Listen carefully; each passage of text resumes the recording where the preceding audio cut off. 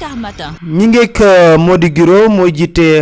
centrale syndicale bu gën a mag Sénégal di CNTS. Mody Guiro contexte bi nga xam ne moom la ñuy fêté 1er mai doy na waar ndax feebaru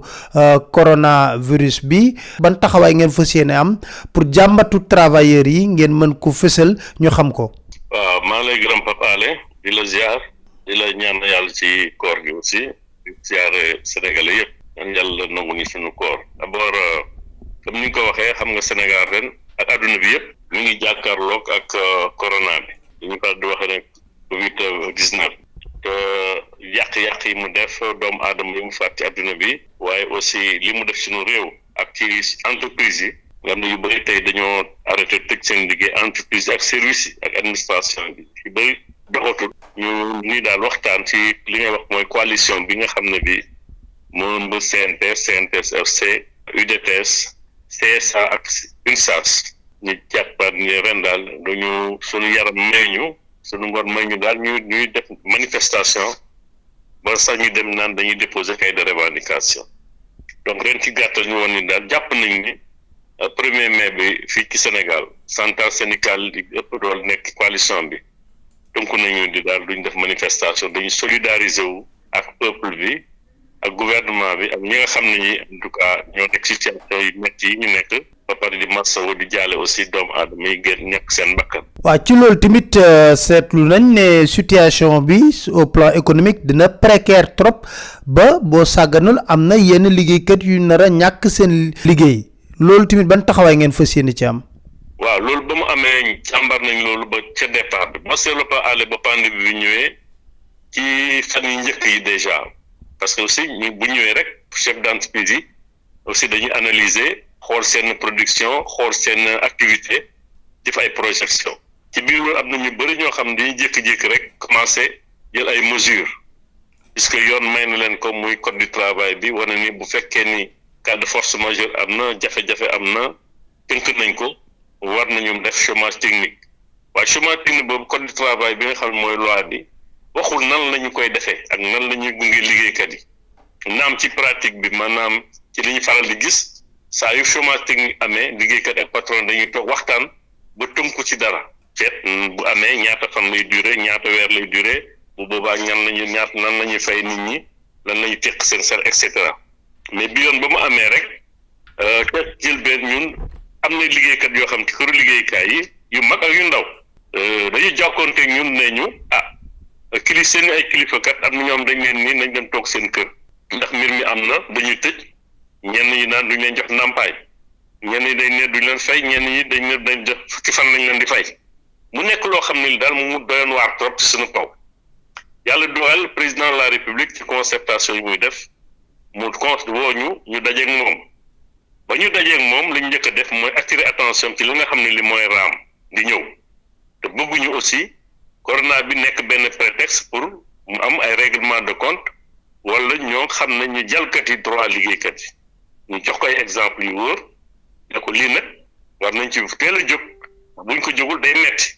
moo tax ñu gërëm ko sant ko ba mu jëlee ordonnance bi ci tegu parce que déglu nañu bu baax xam na li nga ko wax piste de solution yi aussi wax nañ ko ba mu jëlee ordonnance mooy déjà ñu bañ dàq benn liggéeykat ci situation bi ndax bu abus yi la ñuy bañ waxuñu coono amul waxuñu kër yi doxuñu am ñu ngi dox waxuñu loolu mais dañu bañ ci situation moom ay abus yoo xam ne it dina am prétexte koo xam ne kii toll fu mu war a toll jékki-jékki rek ne man mënatuma def lu ko neex liggéeykat yi ñoo gën a néew doole ci kër liggéeykaay yi donc ñoom dañ leen war a protéger naam aussi plaider nañu appuyer nañu saluer nañu la nga xam ne mooy li mu gunge entreprise ndax entreprise bi ci la liggéeykat bi di nekk te liggéeykat bi aussi moo tënku ci syndicat bi donc su entreprise amul bien sûr liggéeykat du am waaye syndicat aussi dañuy sonn kon ñu jàpp ni liggéeykat bi ci boppam ci centre d'intérêt syndicat yi la nekk moo tax ñu jàpp ci loolu nee nañ ko waaye nag comme ni nga ko waxee avant pandémie bi di ñëw aussi liggéeykat ci ay jafe-jafe la ñu nekkoon lañ doon am déjà doyul bu ñu teqee seen salaire muy 70% bu fekkee ni def nañu ko fay ko ñooñu xam nga doyul ba léegi seen loxo du jot seen gannaaw dañuy ciy jàppandu pour mën a génn crise bi waaye en même temps am na kër yoo xam ne balaa lii di am na ñoo xam yore nañ leen ay arriérés de salaire juróomi weer am na ñoo xam ëpp na ko am na ñoo xam ne néew na ko am na ñoo xam ne ñu ngi doon xaar seen ndàmpaay ci du jotuñu ko kon ñu xam ni mbir mi metti na lool ci liggéeykat bi mais en fait li ñu jàpp mooy dialogue bi nga xam ne moom la ñu bëgg mu am sax diggante président autorité yi ak ñi nga xam ne ñoo ŋànk këru liggéeykaay muy borom kër gi muy patron bi ak liggéeykatam war nañoo gën a mën a waxtaan ba xam kër gi fi mu toll lam fu mu nekk la ko dal la muy dund ak fu mu jëm ëllëg ndax comme da nga ko wax ni nañu fan lañ jëm ëllëg bi moom dana metti loolu moom c'est sûr et certain mais bu fekkee ni waxtaan lal na ko au départ maanaam ñu daadu ko prévenir commencé indi dialogue bu am dialogue social bu sérieux lay nekk ci biir kër gi te fekk amul naxante ndax këru liggéeykat yi aussi la nga xam li ñuy ñaan rek mooy këru liggéeykaay bu ñu fa nekkee la xew dëgg-dëgg ñu xam ko ñu bañ leen a nax ñoom it ñu bañ a def démagogie parce que bu fekkee kër gi doxul mën nañ ko xam indicateurs yi mën na ko wane bu boobaa bu ñu toogee autour de la table waxtaan sérieusement daañu trouver ay solutions de sortie de crise dana permettre aussi bu fekkee ni patron bi wane na fu mu jëm ëllëg mën nañu dabu wax lan lañu def ndax ñun loolu yàgg nañ ko pratiquer ci biir kër yi parce que pandémie bi ñëw na mais crise dooreewul tey crise yàgg na am te crise yi ni muy amee noonu la liggéeykat yi ak entreprise ak chef d'entreprise di évoluer wala di restructurer wu wala bokk di xoolaat seen taxawaay pour seet nan lañ ciy génnee. waaw ci loolu laa lay laaj lan ngay tontu ñiy wax ne dafa mel ni syndicalisme dafa dee fii ci Sénégal. non syndicalisme deewul xam nga tout dépend ci nan ngay gisee syndicalisme xam nga tey ñu yaakaar ñu bëri bu ñu déggul moo di gën a wax ci télé bi wala Mademba Sow wala parce que central syndicat yi bu ñu waxul di nga foog ne syndicat non syndicat du loolu syndicat ci base bi la d'abord cellule bi gën a fort cellule économique bi gën a kii mooy entreprise bi ci suuf la ñuy jànkoonteer ci biir këru liggéeykaay la ñu daj luy liggéeykat di daj la ñu nekkee seen wet ñi ñuy dàq ak ñi ñuy bëgg dàq warul leen a dàq loolu mu ëpp importance li nga xam ne di 1er mai ba 1er mai rek wala événement am ñu ne wax def nañ non syndicalisme nekkul ensuite syndicalisme du jël sa xuy rek di sànni xeer non syndicalisme xeex daf ci bokk ci jamono boo ci tollee nga xeex mais lay finalité bi mooy régler problème yi nanga koy régler nag la base mooy autour de la table dialogue parce que même boo xeex ba sonn ci table ngay mujjee njëkkeel foofu mais syndicat changé na parce que jamono dafa changé la amoon ma 1789 wala ba léegi mënatul nekk théorie yi ñu doon def amatul na nga xam ne tey ñooy liggéeykat yi seen mentalité changé na aussi c'est des intellectuels ay universitaires ñu ngi di sax parce que liggéey amul donc syndicat daf méthode bi dafa changé tey argument contre argument la patron yi xam nañ liggéeykat yi dafa tuñ kon boo demee ba naan da ngay def si yaakaar ni syndicat na mu doon demee bu njëkk rek lay demee du noonu tey da ngay am say argument taxaw wax boo plaider am sa plaidoyer bu baax boo ko waxee mu jàll tu n'as pas besoin doo soxla naan da ngay def li wala bu fekkee ni nag argument yi nga tëral taxaw na dialogue bi nga amul patron yi ngay wax waxuñu la ngay wax mais bu boobaa aussi nga def li nga mais boo xoolee autour boo seen ci monde bi ni mu toll yëpp les mouvements si c'est pas des mouvements sociaux du melatul ni mu doon melee parce que jamono moo changé tey di mondialisation nañ nekk mentalité changé nañu structure économique bi changé na relation yi changé nañu entreprise muy doxee jàngat sax la ñu am ci corona bi léegi parce que boo xoolee corona bi am na loo xam ne yaakaaruñu ne mën a am Sénégal